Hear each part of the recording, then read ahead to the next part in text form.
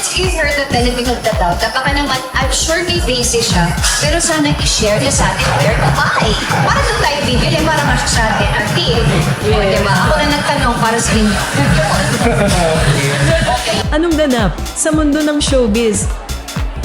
Umuugong ngayon online ang naging pahayag ni Carmina Villaruel matapos tanungin tungkol sa controversial na statement ni DTI Secretary Chris Roque na kasya raw ang 500 piso para sa Noche Buena.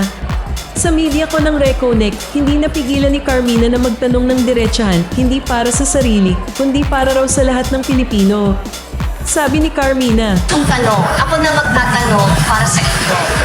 Kasi I'm sure may basis siya eh. Kung bakit niya sinabi kasya ang may So, saan pa pwede makabili? Parang pinapupuntahan natin, di ba? Mabigay siya ng listahan, pati yung presyo, and where to buy. Para lang tayo bibili. Kasi baka mamaya yung mga resources natin, mga hindi parehong amount.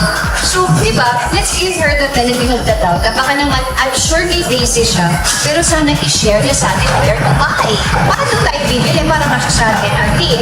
O, di ba? Ako na nagtanong para sa inyo.